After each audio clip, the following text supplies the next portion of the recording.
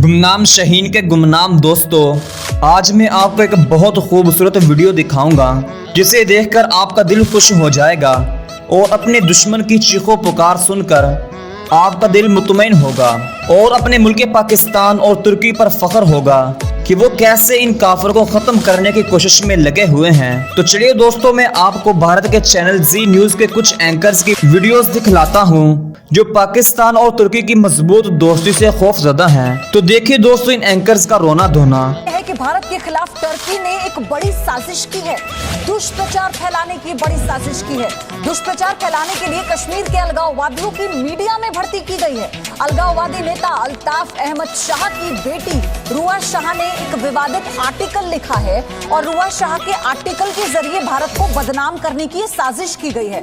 अल्ताफ अहमद शाह कश्मीर के खिलाफ गतिविधियों में शामिल था और अब उसकी बेटी भारत के खिलाफ भारत की छवि को खराब करने के लिए एक आर्टिकल लिखती है जिससे टर्की की साजिश बेनकाब होती है, क्योंकि ये बड़ी साजिश है दुष्प्रचार फैलाने की भारत के खिलाफ। और ये पहली बार नहीं है जब टर्की का इस तरह का चेहरा सामने आया हो। मनीष शुक्ला मेरे सहयोगी हमारे साथ जुड़ चुके हैं।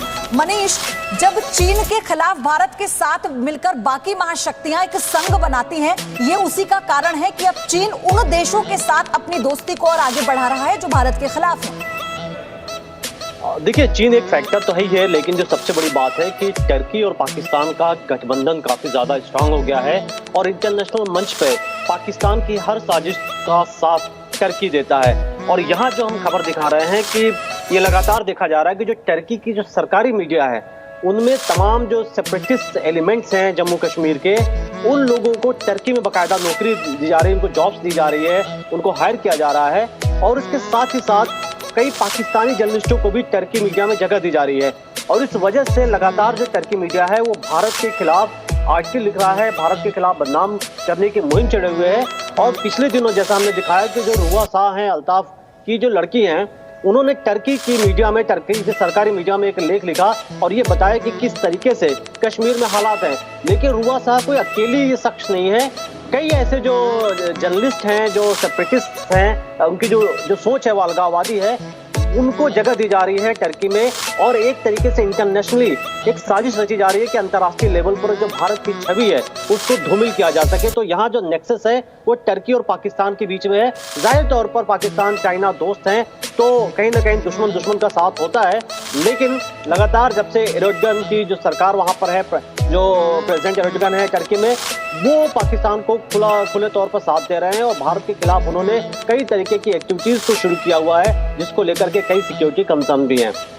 और मनीष, चूंकि इससे पहले भी टर्की भारत के खिलाफ बयानबाजी करता रहा है, पाकिस्तान के समर्थन में बोलता रहा है और इसी का फायदा अब चीन भी उठाने की फिराक में है। मनीष, आपका धन्यवाद ये सारी जानकारी साझा करने के लिए। ये बहुत बड़ी खबर है, इसको लेकर अब कैसे भारत का रिएक्शन होगा वो। जी दोस्तों, सुना आपने इनका गिड़गिड़ाकर रोना धोना। गुमनाम दोस्तों, मैं आपको एक बात बतलाता हूँ जिससे आपको समझ आ जाएगी कि भारत अब किन गद्दारी में मुलव्विस है और इसका अंजाम क्या होने वाला है। दोस्तों, अर्तुगरुल के तीसरे सीजन में आपने देखा होगा कि मुसलमानों के दो सबसे बड़े कबीले यानी काई कबीला और चावदार कबीला आपस में मुत्तहिद हो जाते हैं और दूसरी तरफ गद्दार और इस्लाम के दुश्मन इस वक्त की बड़ी ताकतों का तलवे चाटना शुरू कर देते हैं और काई कबीले और चावदार कबीले को बदनाम और खत्म करने की साजिशें शुरू कर देते हैं। और आखिर में होता ये है कि गद्दारों का अर्तुगरुल साहिब सर उड़ा देते हैं और काफिरों के किलों पर कब्जा करते हैं